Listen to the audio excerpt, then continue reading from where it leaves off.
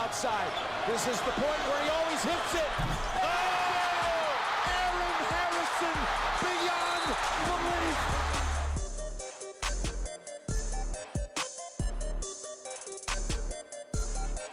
Hello, everybody. Happy Tuesday to you, March 10th, 2026. This is Kentucky Roll Call on Big X Sports Radio, 96.1 FM, 1450 AM. Normally, it's TJ Walker, who is me. Who am I? It's me. And usually Stephen Peak. Peak, not here today. That Kentucky roll call was from one Matt Sack, who is here, filling in. Happy to have him. It's been a little while since we've had Matt Sack in studio. We're on YouTube, but that camera's not working for him, so you won't be able to see him, unfortunately. Corey Price will be here. Corey Price is here, and he's brought us some food. We'll talk about that. But welcome on in, Corey. Get settled on in. And then on the other side of the wall is one producer, Matt Childress. Producer Matt, what's up, buddy? Pretty crazy that way to start my morning. Woke up. Had an issue with the dogs. One decided to just go ahead and pee all over my floor as soon as I let him out, and then the other one decided to do the same as I was cleaning his up. So then that was a rough start. Had to get him breakfast, then do just the cats. And then in the middle of just the cats, while Corey was doing his little pop culture segment, I got an email from Fidelity, who handles my retirement account and everything like that, saying that I had withdrawn money from my account. I hadn't opened that account in about a year and a half, so I don't know who's withdrawing my money. So I had to go call those people, figure that out, and found out that apparently some small amount of like $200-something was put into when I had a 401k a while back, was still in there, and it never got transferred over. So they're just sending me money and then taxed my butt off for it. So that was stressful to deal with, but we got it all settled. We're all figured out. Somebody hasn't hacked into my retirement money, which is good. So we're on a positive note now. It was a rough start. Well, it's not all good news. I don't think Corey brought any ketchup. That is bad news. I don't think he brought. Speaking of, thank you, Corey Price. Let's see what's in here. Oh, some cookies. I said, why don't you get a little treat for the boys? You got some cookies. Okay. Corey, where'd they put the ketchup? Oh, boy. This is the devastating news that we're not going to want to hear, I'm afraid. In the thing. Sorry. Oh, no. You can't eat fries plain? Fries without ketchup. I mean, you can eat it, but oh, no. Now, see, fries without ranch, now that's illegal. We're going to have to hope that there's some in the ketchup, Matt Sack. That's our only hope, buddy. I'm not a huge ketchup guy, but if you're going to Chick-fil-A, the bigger sin is no Chick-fil-A sauce. I mean, you could that's what you should be doing. Overrated is Vietnam itself, I say. All right, we got the whole gang here. I don't know if Corey Price can hear anything. He's going to have to try to plug some stuff in. We'll figure that out. We're on the YouTube. Hey. Still having podcasting issues. Hopefully we're a day closer to figuring it out, but the podcast does upload daily to the Big X Sports Radio podcast feed. It is different than the Kentucky Roll Call one. I get probably 2 to 3 messages daily about where is the podcast, what's going on. And I want to be like, well, if you had been listening, you'd heard, and they're probably thinking, and I don't do that, but they're probably thinking to themselves, well, I can't listen because where I normally get the podcast, I haven't gotten. So it's annoying, but the podcast is still being uploaded. You can watch the show, listen to the show every day on YouTube. What are you laughing about, Corey? This picture. What picture? I had to do a show tweet. It's Trivia Tuesday. I like to do a little bit of a show tweet.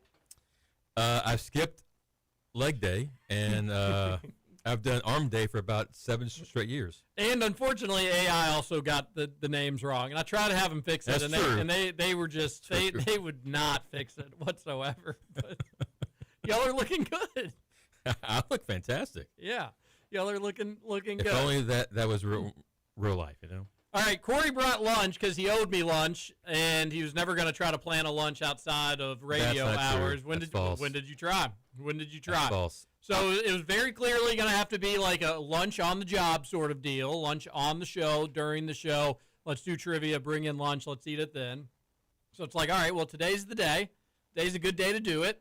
It's March Madness. Let's go ahead and just get this lunch taken care of. I give him one place, and let's just go ahead and mention it. I say Kearns. Great place. Corey says, I don't think I would have time for that. It's true. Which, first and foremost, Corey, you call ahead. You say, hey, I'm coming to pick this thing up.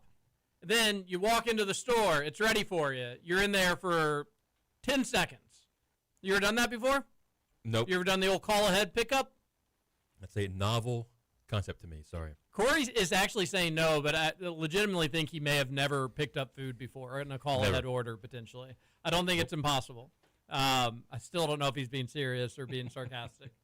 So then I throw out a second place. He doesn't like sub places. Hey, buddy, you lost the bet. I don't know if you know this or not. You didn't win the bet. You get what I tell you to get when you owe somebody a lunch on a sports bet like this. Yes. So he doesn't. Master. So he doesn't like subs. All right, whatever. It's just getting to the point, Zach. It's like, all right, Corey, you tell me what we can get. You tell me what can be ordered. Then he eventually gets an order, no ketchup.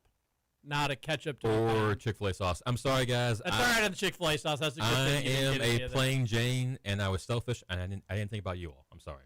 Corey, I want you to know. That being said, I am appreciative for the free lunch. Yeah, Despite all that, I don't want to bury the lead here. I'm very appreciative as well, but I want to say that, he says plain Jane and he's sorry, but when he asked me what I wanted, I actually specifically asked him to get me Chick-fil-A sauce. He still neglected to do it. Wow. I didn't know that little tidbit. I was absent-minded. This almost seems like a scornful payment of lunch. Sack and, for what it's worth, Sack and producer Matt, I don't think they lost the lunch, right? But no. You did. You all tend to forget that I'm 40, so my memory is quickly fading. All right, what seed do you think the most recent Andy Katz updated bracketology on March Madness has UK? 6. 7. 6, 7. Hey, good job, guys. We did it. Playing all the hits for the kiddos. This just came out just right now. The Cats a 7 seed. Taking on Central Florida. Jordan Burks, what's up, in the 7-10 game in Philadelphia, born and raised. The 2 seed there, UConn.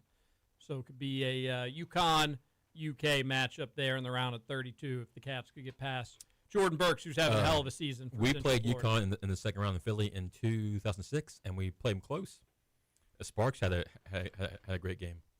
Lost by 3. Yes. Then the next year played Kansas, played them close as well. George Mason ended up beating the Huskies in the Elite Eight. Yeah, in that 06 season. That was insane. And insane run by George Mason back there. All right. Enjoyed the most recent We're Up to No Good, although subject matter has just been tough. It's been tough for all of us, Zach. How's We're Up to No Good going?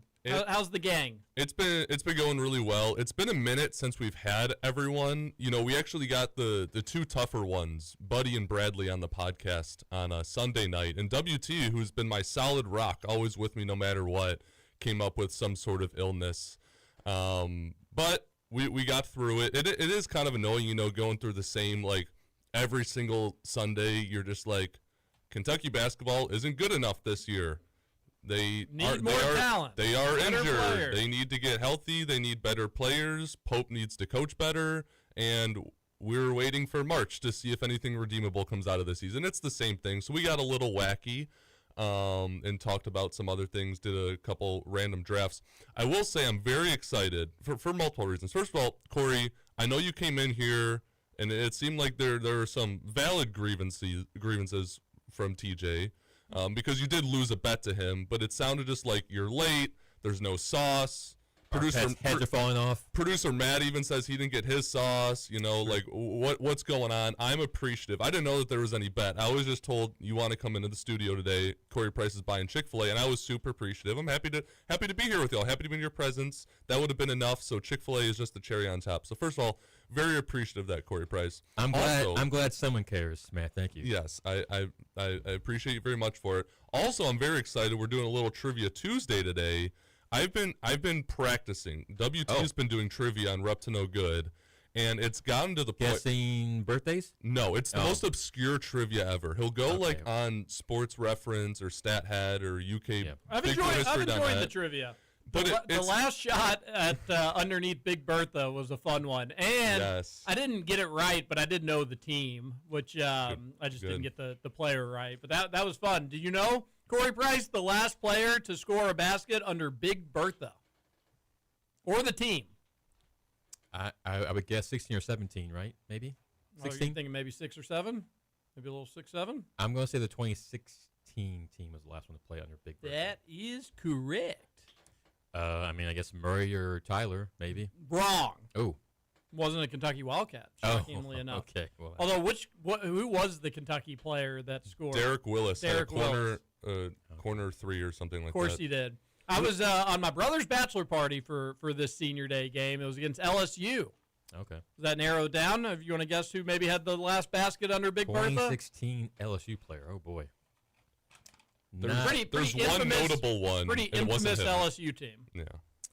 Yeah, not up to snuff on the 2016 Tigers. It was not Ben Simmons, although he was on that team. I think he was the second to last, maybe LSU Tiger to score a basket. I am drawing a blank.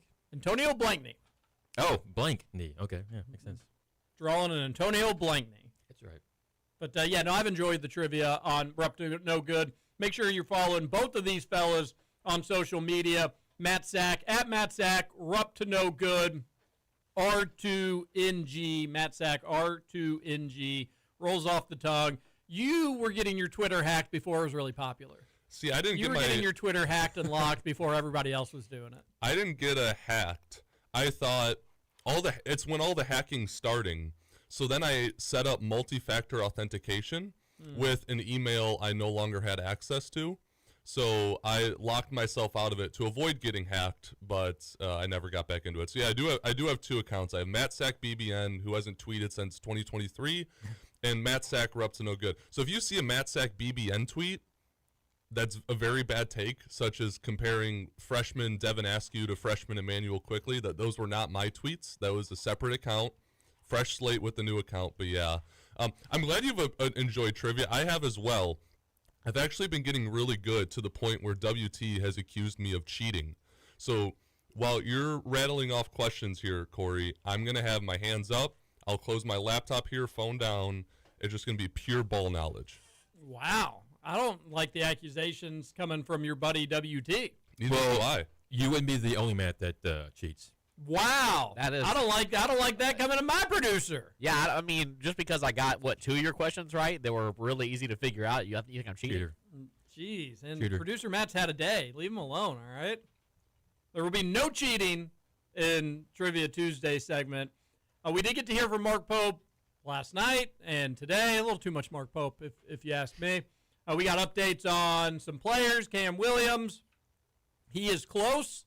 And Mark Pope said last night that he was very, very close, and then today said he could play tomorrow. It is not off the table. The last time Mark Pope had said, so-and-so could play was every time he's done that, it was with Jalen Lowe or Jaden Quaidance, the player played the next day. So anytime that he said he could play, there hasn't been a quote-unquote setback. So, Matt Sack, is it reasonable to think we could see Cam Williams hooping for the Cats against the Bayou Bengals tomorrow? If I remember correctly, he was a full participant last Thursday and Friday going into the Saturday game. A 2-day ramp-up would be kind of a lot to ask of someone who just broke their foot. But yeah, I mean, so he's going on almost a full week, assuming he practiced Sunday, Monday, what's today, Tuesday, very reasonably could play tomorrow. We're not going to ask him to play 30 minutes, but I mean, why not when you're making that first round of substitutions, you look over on your bench and you're taking out Otega Owe and you're like, oh, Jasper Johnson, Trent Noah, 6'8" Cam Williams, who had 8 threes in a game, is probably our best perimeter defender. Let's give him a run for 5 minutes, see how he does.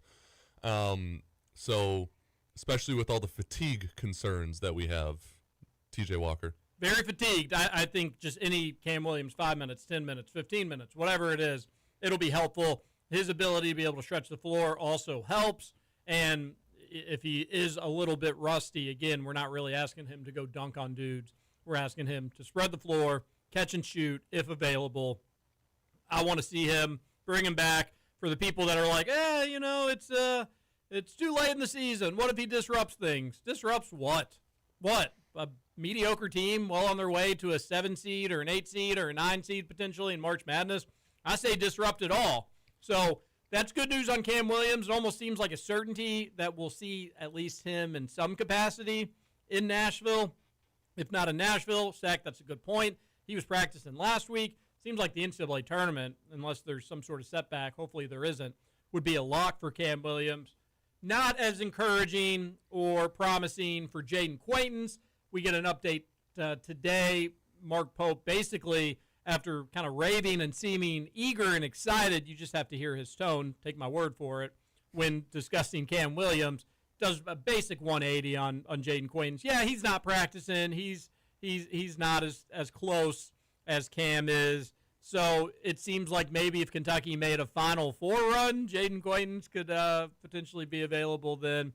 But in all seriousness, JQ isn't practicing, isn't close as getting back as Cam Williams is, according to Mark Pope. So, yeah, hopefully you do get to see him back, and that would be great. And then one last little just filler question, if you will, for Sack and Corey and producer Matt, whoever just wants to answer it.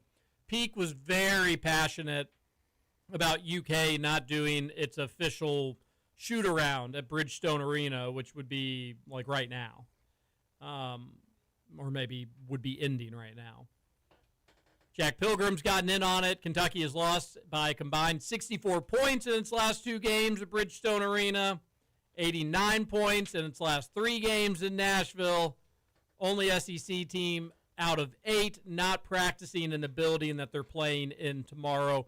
Mark Pope was asked about this. Before I give Mark Pope's answer and reasoning and rationale, Matt Sack, do you have an issue with UK not doing its shoot-around? Corey Price, do you have an issue with Kentucky being the only SEC school to say, we ain't going to do the open media shoot-around at Bridgestone? Well, considering last time we shot in Bridgestone, it was one Brandon Garrison made 3-pointer for the entire game.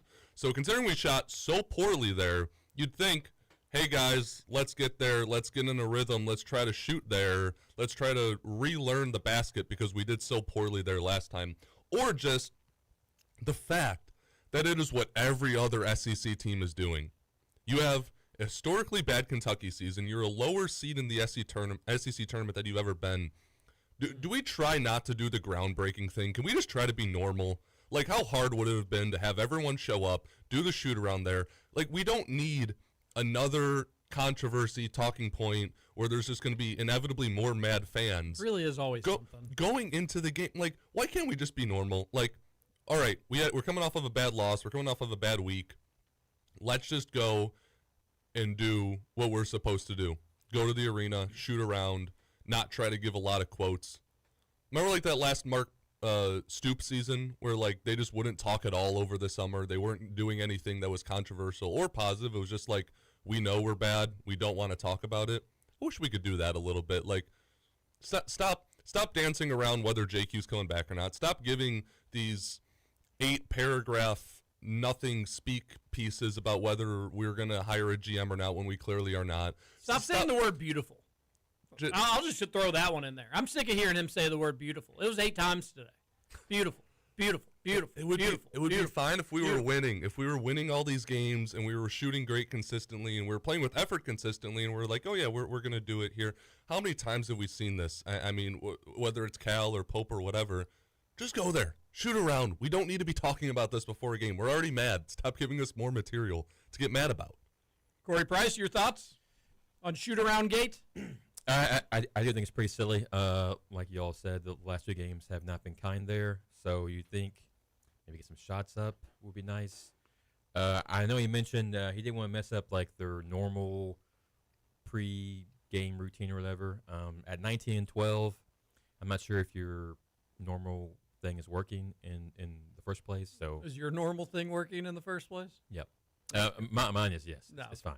But like I said, you want to make sure your normal thing is working. It's working. It's A+. So at 19-12, I think, scrap all that stuff and, get some shots up. I mean, well said. It's a no-brainer. And what you alluded to, Mark Pope was asked about it today. He said, we just wanted to reproduce the schedule of, and it's just like, okay, Mark. I mean, a lot of words to say very little. He's not the only coach to do that, not the only person in media, hand up myself, but it's just so many words to say so very little things. We just wanted to reproduce the schedule of the day as best we could, so we couldn't do that with our slotted time there. And so it also recreates our normal travel schedule. So we're just trying to have our day before the game be as close in proximity to what we'll face tomorrow as we can. Blah. We've recreated the schedule. It's just what we always do, trying to recreate the schedule. So we had film at the same time. We'll have film tomorrow morning. We'll start practicing at exactly the same time. We tip off tomorrow and do pregame just to kind of keep the whole routine the same, just to do the most we can to get the guys' clocks adjusted. I don't know how much it helps you to do a shoot-around. I think it maybe helps a little bit. But right now, we've played a lot of venues for the first time this year, and we've won in venues we've played for the first time. And we've lost in venues that we've played in the second time. And so I don't know if there's a huge correlation. I think it comes down to right now our commitment to each other, our competitiveness, our fight, and how well we play. A beautiful thing about the postseason is that there's no judges out there. You just have a winner and a loser, and it's very clear, and it says on the scoreboard. And so we don't need to overcomplicate it. We just need to go play great. All right? That clears it up, right? He overcomplicated it by that 17-sentence answer. Yeah, we don't need to overcomplicate it, but here is just a ton of words to tell you we have a schedule that we're sticking with. This didn't fit in the schedule. My favorite part of the bunch of words he said was the one where getting their clocks adjusted was more important than getting their shots adjusted. Oh. There you go. There you go. Get your clocks adjusted, not your shots adjusted. I don't think it's a huge deal one way or another. And if Kentucky is a top 4 seed and they're playing on Friday, if they're the 1 seed and they've won the SEC regular season, nobody cares if they decided to skip shoot around or not do the media practice. One, it is interesting that they're the only team not doing it. And then 2, Corey, you're right, and Matt, you alluded to this as well. Why stick to a schedule that has not very much worked for you? And wasn't it like 2 months ago or a month and a half ago that you switched up all the pregame routine stuff, that you said we were doing things one way and we're going to switch it all up? And then actually I think Kentucky went on a bit of a winning streak after switching those things up. Maybe it's time for another switch up, or as the former coach would say, a tweak. And who knows? Maybe you just do the shoot around. You're right, Zach. It's like if you were in high school or something and you had a really embarrassing weekend and you had to go to school on that never Monday, happened to me, and you were just like, oh boy, this is going to be pretty brutal. Like, the best thing to do is just to go live through it, right? Like, just put your head down, go to school, just kind of roll with the jokes. And Kentucky's just not showing up to school. They're missing it. So now everybody's going to talk about it, right? And that's what we're doing. We're talking about it. At the end of the day, like, to continue the school analogy, you show up to recess and you hit like 10 threes, and then you bring snacks for everyone at lunch and everyone loves you again. It's great. No one will say anything. You'll forget about it. It really doesn't matter.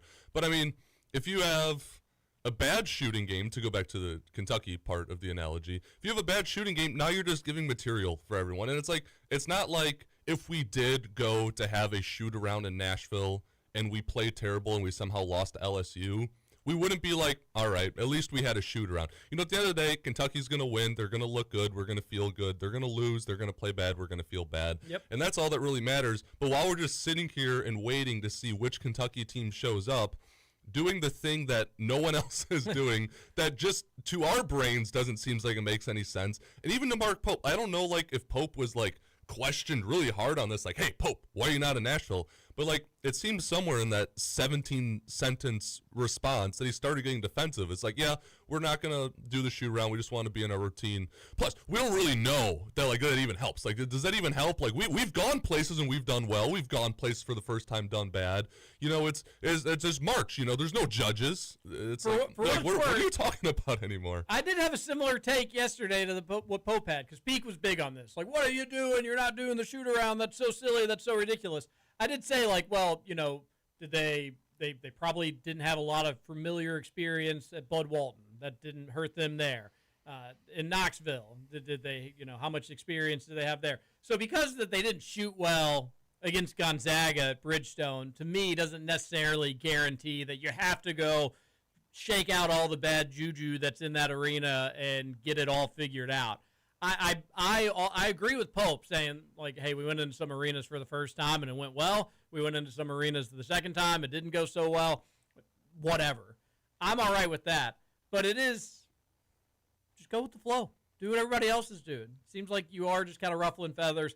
And at the end of the day, it's not a big deal. But when you give somebody something to hang on, to criticize, to critique, when you're having a rough season, UK fans will take it every single time. And Mark Pope, unfortunately, has given us a lot. Trivia Tuesday when we return here with Corey Price, Matt Sack, producer Matt. A lot of Matts here on the show. I'm TJ Walker. We're back after this. Time to eat some food.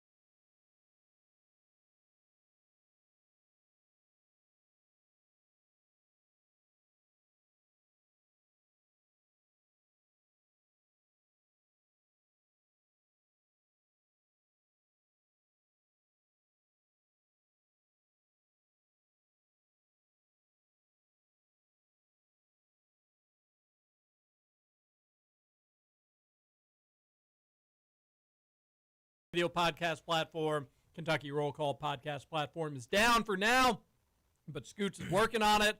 Hopefully he'll get that figured out. Get your text in to the Gameday Men's Health text line, 502-414-1450.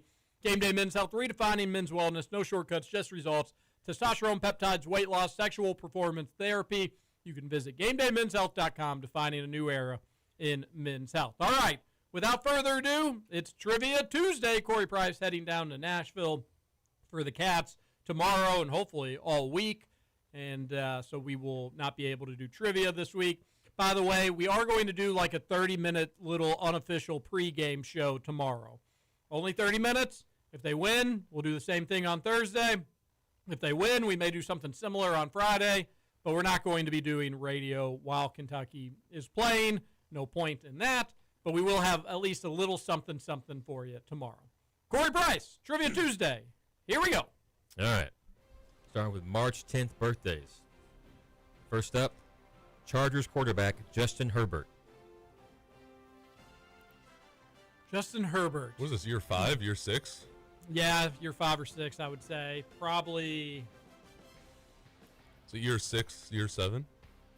6, 7? Could be year 6 or year 7.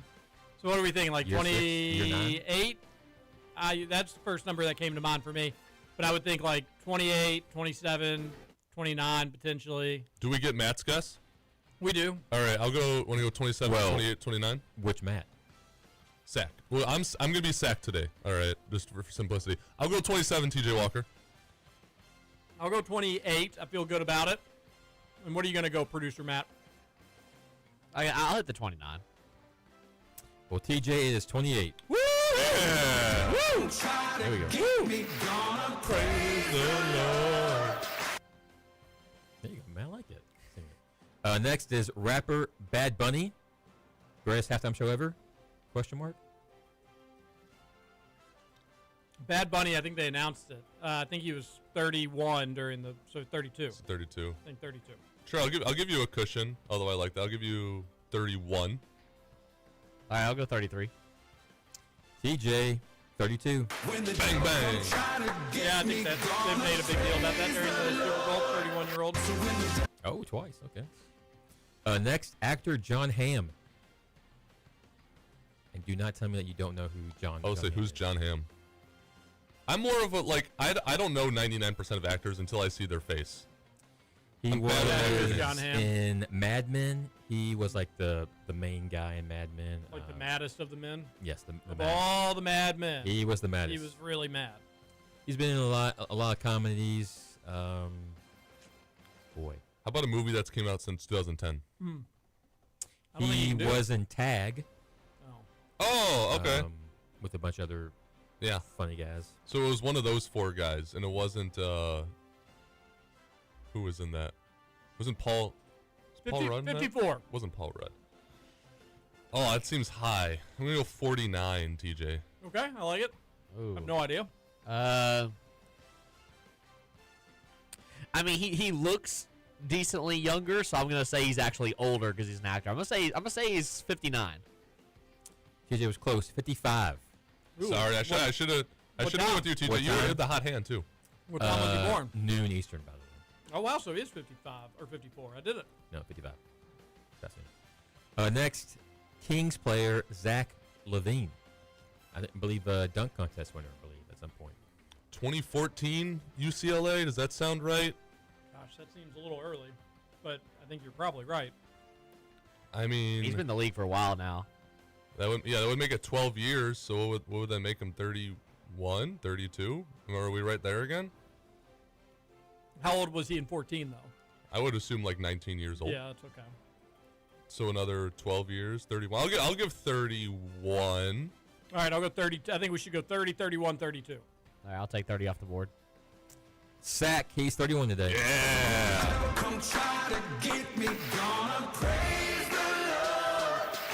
Killing it. Last of the birthdays, country music singer Carrie Underwood. Ooh. Carrie Underwear. Sunday Night Football. That's right. Waiting all day for Sunday night. Still got to be low 40s, right? She's been around for a minute, but she started young. You're right. She's been around. That's a good point. She has seemingly been around for over 20 years, but I think she was like 20 when she started. Mm-hmm. So I was thinking low to mid 40s, say 43. I'll go under 42. I'll go 44. TJ, 43. Way to go, TJ. You all. That one was on John Spears. You're making. That one was on John You're Spears. making me look dumb. All right, March. There's one other one that was on John Spears. Oh, you're done with birthdays? Yep. Wow. No Bobby Petrino birthday? No, I don't 65 care about, today. I don't care about Bobby. I was Bobby ready G's for that fine. one. Bobby Petrino, 65 today. No one cares. Next, March 10th events. The film Oppenheimer wins the Oscar for Best Picture at the 96th Academy Awards. Oppenheimer came out 3? 24. I think it was 24, because that was when the whole Barbenheimer thing went on. I They feel both came like out it the was same day. 25. It seems Well, recent. so, I mean, it could have won last year. yeah. So let's do 23, 24, 25. We'll definitely get it. It's 2024. Wow, all right. Make me look bad over here. All right. Next, UK's Kenny Walker makes a shot at the buzzer to defeat Auburn 51-49 in the SEC Tournament Championship game in Nashville. It's going to be like 86 or 87, 88. Somewhere in, it's going to be one of those 3 years. I'll give 80. This is Kenny Skywalker, Yeah, right? they mentioned it yesterday. The only Kenny Walker. They mentioned it yesterday on the broadcast, and they were like, "You made you broke Charles Charles Barkley cried, Barkley's yep. heart." Yep, sure did. Yeah, I would guess. I'll go 87. Might be 86. No, I don't think it. You do not think so? I think like 88. 88 came to mind first for me, but maybe we should go 86, 87, 88. Could it be 89? Could it be 90? No. Could it be 89? I'm going 87. I'm going 88. Follow your heart, producer Matt. I would go 89 before 86, but I don't know. I'll go 89. You guys, Walker's senior year was 86. This game was 1984. Oh. You need to brush up on your cats. I'm sorry. He's one of our best players. You should probably know when he played. Just saying. Next, the U.S. government issues its first paper currency.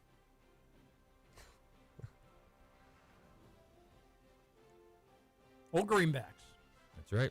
The first ones were called greenbacks, as they used green ink on the back. I have no idea. Just for like a reality check, TJ, are you thinking like 1800s? So this is. Can you read it one more time, just for the technicality U.S. of it? government issues its first paper currency. So, like during the Civil War, during the Revolutionary War, some places were like only taking British coin, and that was a bit problematic for a place that was trying to start a new country. So they did just make paper money, but then it was basically for like debt. Like this, you after the war, come bring us this dollar for $5 back, and we'll give you your money. And that ended up just kind of being worthless for the most part. I wonder if that counts as like the government I will give you a issuing. hint that does not count. Okay, all right, then it's probably early 1800s, late 18th century, late 7. I don't know. I don't. Well, I'm like Lincoln's on the 5, so it would have had to have been post, or I guess Washington, you wouldn't have more than a $1 bill yet though, because you didn't have the presidents for it.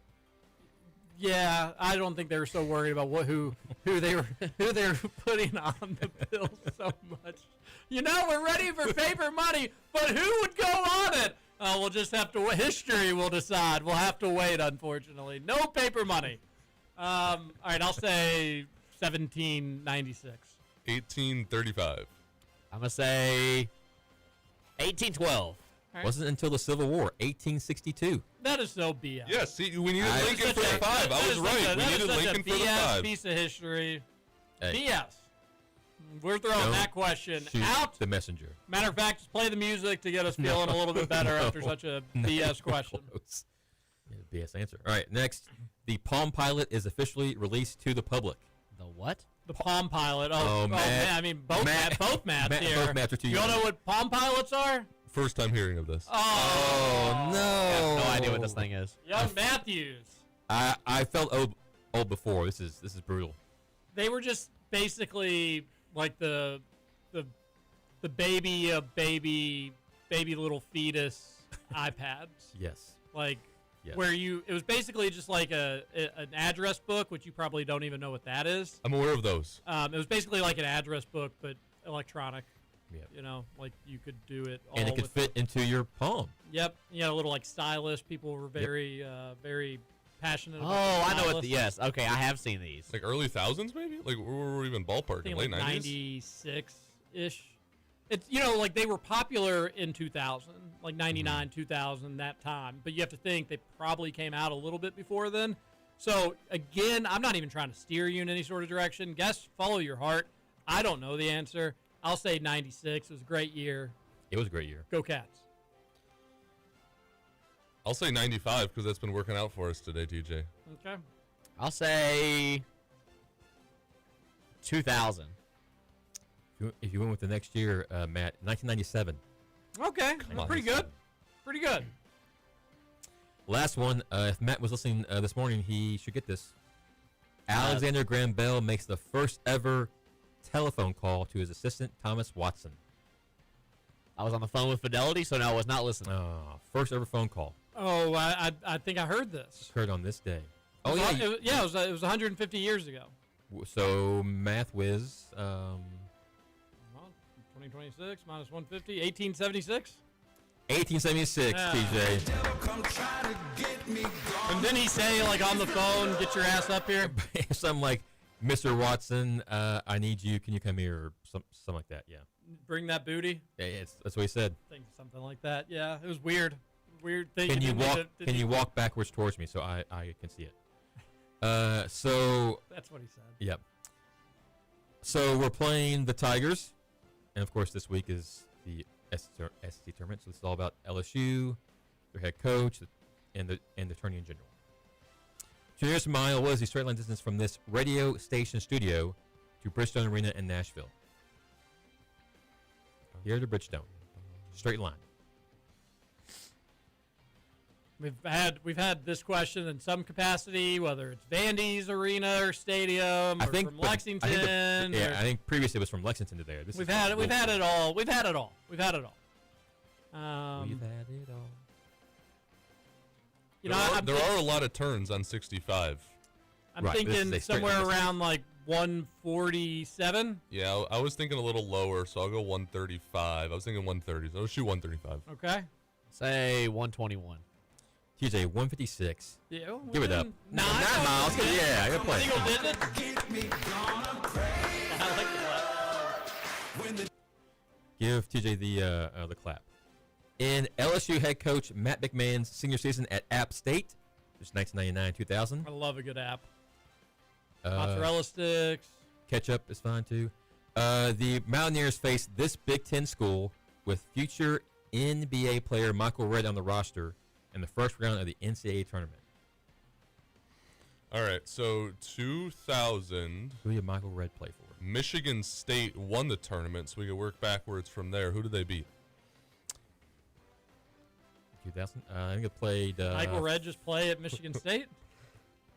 Well, yeah, that's possible. So we know Michigan State was a Big Ten team in the tournament. We do know Correct. Yeah. Play it, Matt. Play it. Play it. But did they play App State? Yeah, I mean, the seed line could work out. I would assume they were a high seed if they won the Natty that year, and App State was probably... It'd be easier if you just know who Michael Redd played for. Yeah, I'm bummed that I don't know who Michael Redd played for. Well, it's like I can picture... I thought he was famous in college, but I can guess not. picture his NBA jersey, but not his college jersey, and it's really bothering me. I wasn't alive yet, Corey, so My goodness, you've got to be kidding me. Yeah, I'll rip Michigan State. I'll say Ohio State. Matt? Say a Big Ten school. Michigan. TJ, the Ohio State University. That was just a totally lucky guess. I'd feel bad about it. Ironically, his last name is the color that his school had. Yeah, my producer at the other station would be proud of me, but I randomly guessed a Big Ten school. Hey. We'll take it. Next, LSU head coach Matt McMahon attended Oak Ridge High School in Tennessee, also where this man attended, a backup QB for Kentucky in the 80s. Oh. and faced off against the Wildcats as a head coach for both Kent State and New Mexico State. Good luck, guys. Good night. He played against us as a coach, so. he might have- Oh, who could remember the Kent State coach from 10, potentially 7, maybe 15 years ago? Make fun of my questions all you want. I don't have a single gonna hate. guess. If you gave it like multiple choice, I'm gonna get multiple choice. but I'm just saying if you did, I probably is would not- get it. If you did, I probably is would get not it. grade Corey, school. if you did, this is not grade school, TJ. if you did, I'd probably get it. Do all I right, get I'd just multiple say it. choice when no. I enter the Say 3 dozen? just made up names, people that you went to school with, and then throw this guy in there somewhere. Jesse Finkelwitz, Brad, I'm actually thinking Finkelwitz. Brad Tuckleturn. Not so That's a much. good one. Tummy turns. I'm not giving you the answer. Come on. Okay, well, come on. You've given us two The answer choices. is Doug Martin. Okay. Doug. Good job, Corey. Honestly, that would have been a very normal name. I would have definitely thought you went to high school with a Doug Martin. I did go. Probably I did. did go. Well, Doug, not Doug Martin, but yeah. Was he a muscle hamster? Yep. That's the way it was. When was the last time that UK entered the SEC tournament with at least a 2-game losing streak? Which, of course, they are this year. I don't know. Probably last year. No, they got that. They got the win against Missouri. No, we've actually been really good in our last games or last couple games, and we ended 2-0 last week actually. Going back, we had that at Tennessee win with the Reed and Rob team, spoiled Dalton Connect senior night. We had the Antonio Reeves 37-point game. That's right. We won senior night in 2022 because we won all of our home games that It's year. probably got to be 09 then. I don't. Yeah, it wouldn't have been any of the calories. Even 2021, it wasn't our senior night, but they moved one of the. So, Corey, technicality, it was rescheduled. I believe we played South Carolina. It was moved to the end of the year. Last home game and crushed them. Yep. Yeah, so that wouldn't count. Yeah, maybe 09, 08. I think it's got to. You just got to think of a time that Kentucky lost on Senior Day, and that hasn't happened. Could it have been 2014? No, No, maybe. It could be 2014. or 2013. Or 2012 or 2011. Or I don't think It it's wasn't 2013 they won on Senior Day. I'm fairly certain. 2013 they They did? beat Florida. Yeah, they beat Florida. Okay, just because I won't know. 2014 is interesting because they lost at Florida on the regular season finale. Like Yes. 19 or something like that. And then I'll rip 2014 because I have no I think other they guess. beat LSU maybe that Senior Day game, but that may not have been Senior Day. That may have been a couple games. I don't I don't think think it's 2014, but it's not a bad guess. I'll say 2009. Matt? 2010. No. That's no, such a no, bad no, guess. Matt, I don't know. Say 2006. 2006. Oh, okay. TJ 2009. All right. 2010 was John Wall team, Matt. I just made a guess. They entered the tournament in 09 on a 4-game losing streak. Brutal. Wow. Yep. We should fire that guy. But they won their Like, first SEC game they against beat- Ole Miss. They beat LSU, Oh, right? No. I think it was Ole Miss and then lost. to Lost to LSU. LSU. You're right. Yeah. You're right. I think they wore the black jerseys against LSU, Maybe. which was that like, that was in Tampa, right? yeah, it was. And it may even been Friday the 13th. It may have been Friday, March 13th, which this Friday is March 13th. And they wore the black Spooky. jerseys, and it was cool, and they lost. They really needed that one to avoid the NIT. Matt. That just They didn't sounds. get Hopefully the coach was at least a stand-up guy, a good citizen. Fun where he guy can- to golf with. But he wasn't. He made it pretty darn clear that he's not ambassador for the He university. was pretty good at jogging too. Good at running. Yep. Old Cutler couldn't keep up with them. Actually, I think Peake's doing a Cutler segment right now. Oh, I'm he kidding. probably is. It's a nice inside joke for roll call listeners. When was the last time that UK played LSU in the SEC tournament? Last time Kentucky played LSU in the SEC tournament. Well, 2014 they did. Have they played them since then?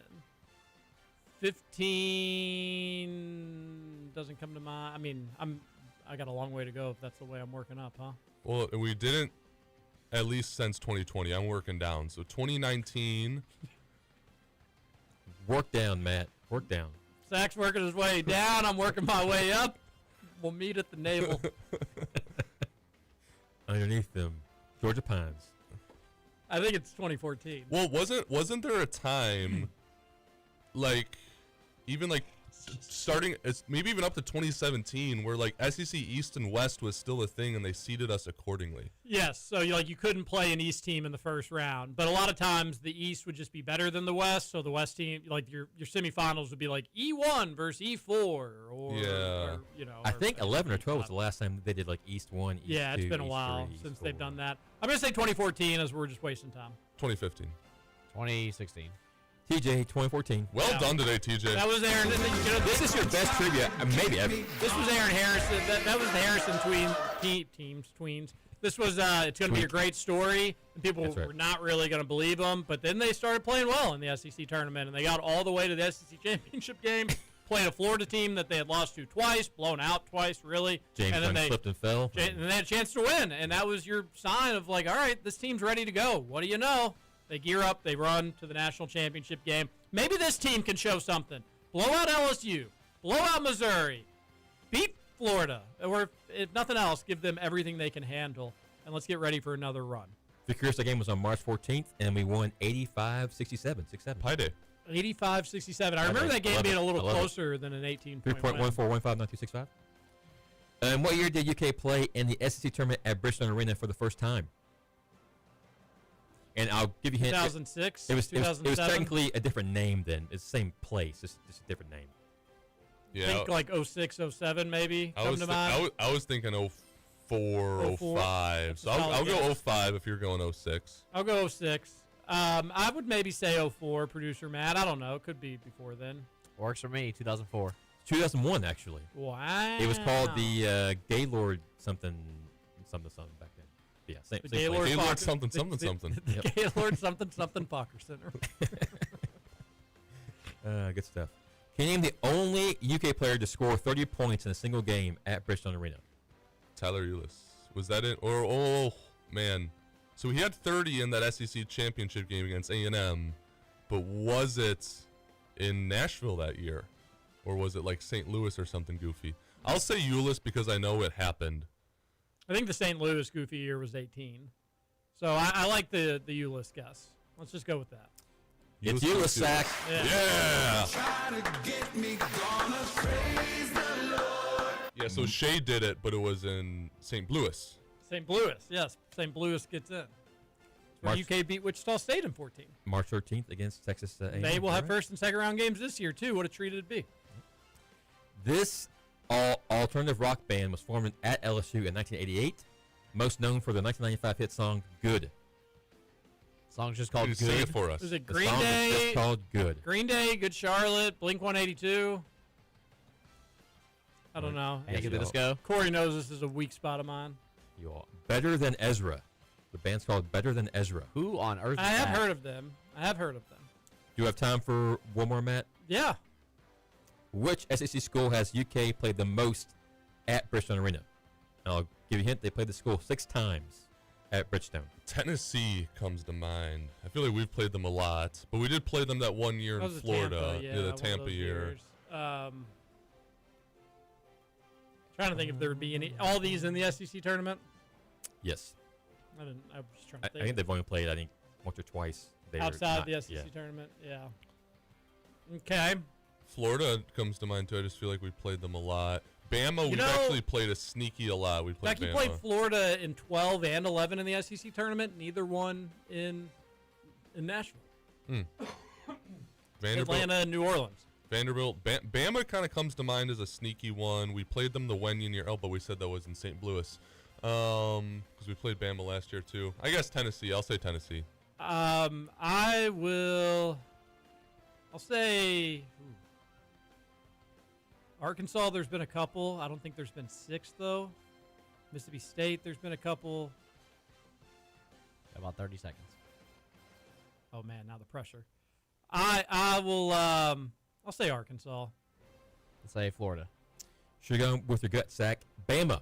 Oh. Played them 6 times at Bridgestone. Well, for what it's worth, didn't you say Florida? No, it was between Bama and Tennessee. I did rifle off Florida as a school in the SEC. Oh, okay.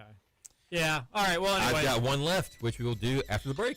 There you go. Corey's now taking us to breaks. Hour number 2, Kentucky Roll Call coming up next. We needed to get that one. That's At the dough, ready to make an entrance, so back on up. Cause you know we're about to rip it up. Give me the microphone first. Owned Sports Talk, the Big X, AM 1450 and 96.1 FM, WXVW Jeffersonville.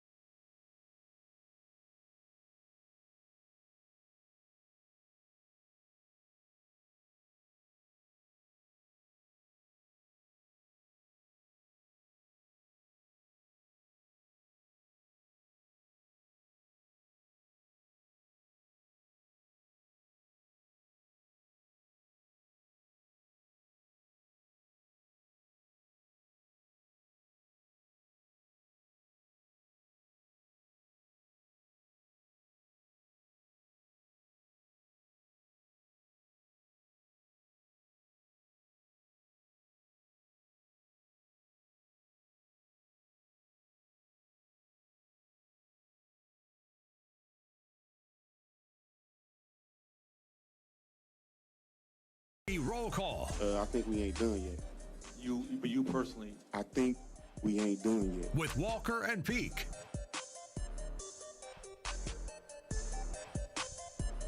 No Stephen Peak, but we're blessed to have Matt Sack, Corey Price in the house, joining TJ Walker, producer Matt Childress. Big X Sports Radio's Kentucky Roll Call goes noon to 2. All right, Corey. You don't have to just tear the microphone down. See if I can get the... Now, here's what's going to happen. That's going to end up falling. See if I can get the YouTube cameras to show that. Is this something that Corey knows how to fix, or do I need to come in there? Well, I'll just hold It it for doesn't now. look like he has it. yeah, just hold it. The Our entire pets' heads are time. falling off. Sorry, guys. I think that you would need to maybe come in here and fix it. Okay. It's coming up on the TV right now. But on the Yeah, YouTube he's struggling. camera, you can see the situation. I look great. So going last on last Corey. question. And you're gonna get to see Matt fix it. Wow, this is gonna be great. Yeah. It's gonna be great for the YouTube viewers. We like to give back to the YouTube viewers. Of the original SEC schools still in the conference, which is the only one to not win an SEC tournament since 2000? I don't think are original to the conference. I was gonna say I don't think South Carolina has. Mizzou wasn't original, right? Because I don't think they've won. No, they joined in like 2012. Zach. Yeah, Come that's on, what buddy. I Come was on, confirming. buddy. I knew that. Auburn, I can't. Did they? I can't remember Auburn winning. Yeah, wasn't there that year? Georgia had 2 the years miracle. No, wasn't it 2 years ago that they won it? And Bruce Pearl called everyone come down on Sunday. It was it was Cal's last year. Oh yeah. And they had a bunch of Auburn fans. They beat Florida in the championship because we would have heard about Florida going back to back last year, but I think they Okay, beat it's got to Auburn. be Ole Miss. No, Ole Miss won with What Marshall about Miss Henderson. State? Are they not original? It's Mississippi State. It's got to be Mississippi State. They may have won one in like. Rick Stansberry maybe stole one potentially. All right, so Because Vanderbilt's won one. They won in are you 2012. 100% sure that Auburn won one recently? Yeah. Admittedly, I've sometimes checked out. No, didn't they went off in 2019 too when they went to the Final Four? They got super hot. 2019 they've won. Yeah, Auburn's got it. I mean, if you want to rip Auburn, go ahead, but they've won one. Didn't after Tennessee beat us, didn't they win the SEC championship in 2019, or did they blow it? No, they lost to All right, Auburn. went off. all right, listen. I don't want to go. Fine, you've talked me out of it. You did a good job. I'm going Mississippi State, Corey. Well, what if I wanted to go Mississippi State? You can double down. What about Alabama? Did they get one with like Colin Sexton? What about Brandon Miller? They probably won that year. They probably won with Brandon Miller. Yeah, that was what you hear. What happened with them that year? I heard they were in the right place at the right time. Crazy year. All right, I think it is Mississippi He State. was hot at the. For what it's worth. What do you want to say, producer Matt? Don't even know what the question is. Original SEC team. He'll say The only one that's not Alabama won and Auburn. a tournament since 2000. He'll say we'll say Alabama, Auburn to go with Mississippi State. How about the team we're playing tomorrow? LSU? The last time they won the tournament, 1980. It's pretty embarrassing we didn't get it again. It's been really 46 years since they won the bad conference start. tournament. I thought like in 06, the team that made the Final Four. Lost. I guess Florida would have won it. Yep. Gators. Man, that's bad. That's I really hate ending that way. almost It half was a century since they won the tournament. Should have gotten the last two. Can you do one more for us? You have any more? All right, this is to win somebody some salsaritas. You love salsaritas, don't you? I love salsaritas. Yeah. Salsaritas. And they're wildly addictive chips. Their Wildly chips are addictive so wildly chips. addictive. Normally, this is where Pete comes in and says something like slightly off-putting about salsaritas, and we have to like slap them around and be like, "No, they're a sponsor. We talk nicely about them. No bad things." And there really is nothing bad at salsaritas. Download that app. Keep them in mind for all your catering needs. Salsaritas, it's delicious. We love them. And if Corey Price gets these next 5 questions right, you can win an entree at salsaritas. Well, Corey looks great on stream right now. He looks fantastic, actually. Oh, he's I still bet. on there, yeah. I think we'll just. Why don't you slide on over, Zach? You can be on stream too. Now that I'm done eating my cookie, sure. Come on over. All right, we've got college basketball, NFL, NBA, beverages. How about that? Geography, television, movies, and music. You say college basketball? I sure did. Let's do it. I mean, it's March. Come on. It is March. Ranked by some as the #1 prospect out of high school, Harry Isles, it just depends if you announce the G or not, averaged less than 4 points per game in his lone year at this blue blood school in 2016-2017. Harry Isles. Duke. It was 17-18, not 16-17. Harry Giles. Was it 17-18? It was.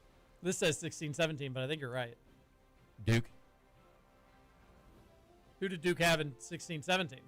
I don't know, but he came in. Remember, he came in with Brandon Ingram. You know what? Am I mixing it up? No. 17-18. That was the Is he Wendell Anthony Carter Duke? year with. Oh no, I messed it up. That was the Marvin Bagley Wendell Carter year. You're right. It's 16-17. I'll shut up. Thanks for wasting everybody's time. All right, we've got beverages, NFL, NBA, geography, television, movies, and music. Let's go old school and do geography. Okay, I like it. I'm a big geography fan. Ooh, need a question. Oh, no. After Israel, what is the smallest country in the world by land area that begins with I? You've got to be kidding me. Oh, this is goodness gracious, you big baby. After Israel, what is the smallest country in the world by land area that begins with I? So let's I'm why gonna don't you say go some countries with that begin with Iceland. I? Why don't you say some countries that begin with I? Ireland. Iceland is ginormous. Yeah, I would say Iceland. I mean, it's a terrible Ireland. guess. All right, you said Ireland. Ireland. That's smaller than Iceland, so Indonesia. There's a couple in the news right now. that's Iraq. Iran. They are. Are they bigger, smaller than Ireland or Indonesia? Indonesia, I think, is sneaky big. Because it's got a bunch of islands. I'll go Ireland. Yeah. Yeah. Yeah. Wow. Cannot believe you said Iceland. I'm going to tell my daughters about that when I get home. I bet you will. All right. My dogs. Beverages? I feel like we got to do beverages at some point. NBA, NFL, televisions, movies, music. Let's go movies. Adapted from a John Grisham novel of the same name, Matthew McConaughey, Samuel L. Jackson. Time to Kill. Great pull. Well, it's kind of rude to interrupt, but it is correct. Excuse me. Correct. That's correct. I bet it's Ashley Judd as well, I believe. All right, 3 for 3. You're 2 away for some delicious, wildly addictive chips into the mouth of our listeners. I like music, but it's almost always a current songs. Can I help him? Yeah, why not music? I really want a beverage one for the love of Pete. I mean, we're going to obviously do the beverage question one way or another. Okay. Music. This artist sampled Imogen Heap's. Imogen Heap's. What? Imogen? IMOGEN. Okay. Hide and Seek for his 2009 #1 hit song, What You Say. This artist I know the sampled song, but obviously the artist is the most important part. Hide and Seek, and producer Matt sang it for you a little bit. You can hit replay on that if you'd like. Hit replay. I'll hit replay. Replay I on know the that. song. Ooh, what you say? That was actually just a replay of the I'm first time you did it. I can fully aware hit of the replay song. again, and it'll be a replay one more time. Replay again. Problem is Ooh, what gonna you be say? The artist. Can I help him? Does Yes. he bought me Chick-fil-A? Please. You can give him a hint without giving him the direct answer. Okay, this person That can be at as broad as you want. the start of every song, he sings his name. Jason Derulo. Wow, that's incredible. He's done it, everybody. Jason Derulo. He's done it, everybody. I didn't know it was him. All right, you've got one more, and then a listener is getting a Salsaritas entree. Did you say NFL, NBA? NFL, NBA. Are we doing any pro basketball? Don't forget about Oh. beverages. I'm good. We have television as well, Ooh, and then also beverages. I'm gonna go NFL. All right, beverages. Here we go. Come on. Recently signed to a record contract with the Raiders, That's not a beverage. center Tyler Lindenbaum made 3 straight Pro Bowls for this AFC team from 2023 to 2025. Patriots. Oh, no. I don't know Corey. linemen. No. I don't know linemen. No, but do you want to try the beverage one? Sure, why not? Okay. Well, too late. You passed on it. Berry Freeze, Metamoon, Orange Cream, and Glowberry are flavors from this hydration drink brand. They had a presence at the St. X Ballard game last night that you were at. Powerade. I don't know. Prime, which I'm not overly familiar with. But a St. X not player was familiar with wearing. Prime? No, not really. I've never had it. I mean, I think I've seen the brand, but I just again not overly familiar. But a St. X player got to wear a big Prime chain. It looked cool. Looked neat. Well, So you didn't win anybody Salsaritas, I and you started hot, but then I fizzled. any comments on that? To the listener that would have won the Salsaritas and had a free entree, Like Mark Pope, what would you say to them? I was very fatigued. Oh. I was really up there and refreshed for the first 3 questions, but Injuries. 4-5. I was so tired. Injuries Congratulations, played- Corey. Now listeners are going to starve. Yeah, that is unfortunate. Yeah, so you didn't get it. Let's see, the NBA question. This French shooting guard, small forward, averaged over 16 points per game for the Magic from 14 to 21. He was a French. Yeah. See, I don't know. Oh, wait, what was the question? Can you read it one more time? This French shooting guard, small forward, averaged over 16 points per game for the Magic from 14 to 21. Ooh, Fournier. Yeah, it is. For real? Evan Oh, Fournier. wow. Dang. There you go. Why Should can't win I pick- NBA instead of NFL. I know. Could have had it all. All right, Corey. Well, you got to get back to work, don't you? I sure do. I guess you got to get out of here, huh? Yeah, I do actually. Yeah, Yeah. I wish you could stay a little bit longer, but you just got to go, unfortunately. I've got a job. Oh, man. I know. Can we make you stay? No, you Can we can't, lock you so- down? Keep you? Could we buy you lunch? Ooh, make Oh. you stay. Yeah, can we buy No, Matt. That's enough. Corey Price is out of here. See you, Corey. Yep, Bob. Adios. Thanks so much for the trivia. Safe travels down to Nashville. Cheer the Cats on. I don't want you coming back unless you have an SEC tournament championship. Okay. So you could be down there for a couple of years potentially. I'm gonna get on camera. Matt Sack's going to get on camera, everybody. Did you hear that? Well, yeah, it was crazy. The seat made an interesting noise. I promise you all it wasn't Matt Sack farting. I'm just going to have to take my word for it. All right, Sack, what's up? Oh my gosh. You ready to read some texts? Yeah, I'm pumped. What a great day this is. Don't you just love when it's 70 degrees out, TJ? Yeah, what are you going to do? You're going to work? Yeah, I'll work, but I've been running a lot. I've been walking the dogs a lot. The fiance and I have been doing a lot of outdoor dog walking 2 to 3 miles a day. So that's been good, keeping us in shape, keeping us happy. Good. Well, that sounds enjoyable. Do you have a date pick for the wedding? We do, but we haven't sent the save the dates yet. So it's currently So you're not saying what the date is no. because you haven't sent the save the dates. And then But that's not going to save- change. Like what the date you picked is still going to be the date. Yeah. It's not. You'll have to take it up with my fiance. Wow. People do that with genders. You know, it's like, yeah, we know, but we're not telling people. And it's like, well, we're going to find out. Mm-hmm. Like, it's going to happen. Yeah. Like, at some point, you will be able to release the date. Correct. Once we send out the save the dates. That's wild. But good. Is it like 2027? Correct. Okay. You got down to 365. All right.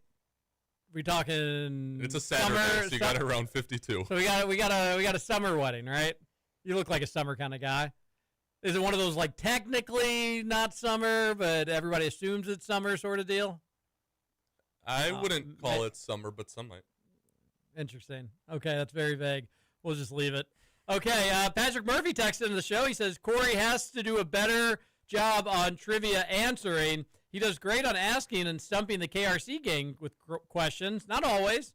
And Patrick Murphy says KRC goes 12 of 19 in a moved-up trivia day. TJ carries trivia with a maybe record of 11 or 12 correct answers. Listening to Spears on Sports was helpful. Also, Corey Price was on Just the Cats, and he mentioned the 150 years of the telephone call. So I had a couple hints, made it a little easier for me. What was the buzzing sound during TJ's talk on Mark Pope? Don't know. It's a good question. Was there a buzzing sound? We'll have to look into that. Big news for Matt and the Louisville Kings. Bowden tweeted he doesn't play for the team now. Colored me shocked. What? Is this true, producer Matt? Is that right now? I haven't seen that today. No. Lenny. Did he punch an opposing player before See, the game started? What this happened? wouldn't have been an issue if they were training in Kentucky. Kings fans appreciate y'all for the love. It's been real with the flex sign. I don't play for them. Got to catch me elsewhere, he replied to a tweet. No one tweets more encryptedly than wide receivers. This one seems pretty understand. When did he tweet this? On his Twitter page. On the official Lynn Bowden Twitter page, at @LynnBowden_1.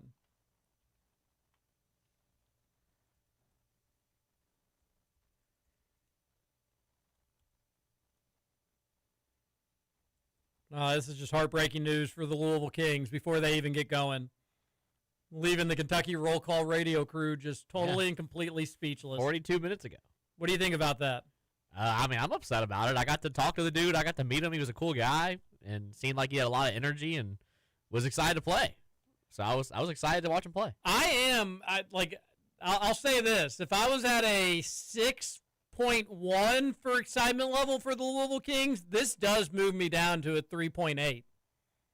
3 point. You hate Benny Snell that much? Well, Benny Snell between the two was the lesser of the draw, to be honest with you. And What? He got more NFL clock than Lynn Bowden did. Are you serious? I can't believe.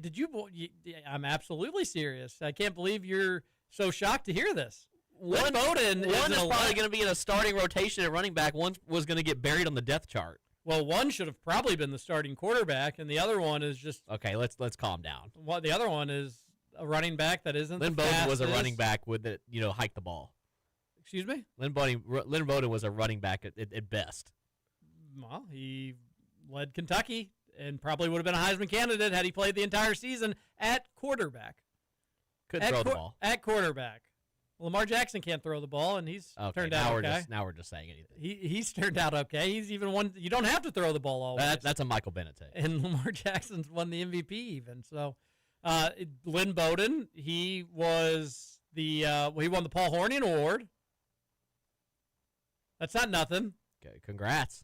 So this is pretty devastating news for the Louisville Kings, unfortunately. Before he tweeted out, Kings fans appreciate you for the love. It had been real flexing emoji. He had a tweet a few hours earlier, which was just 3 laughing emojis. Oh, no. What were the laughing emojis? What do you think he was laughing about?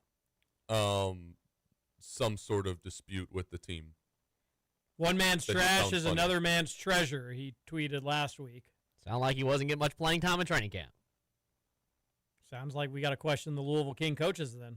I've been watching some of the tape, and there has been very lacking amount of Lynn Bowden Jr. tape out there right now. So it sounds like he needed more opportunities. Funny enough, less than a month ago, he had a quote where he said, "I'm so locked in, I'm ready." So did he get cut, or is he leaving the team? I haven't.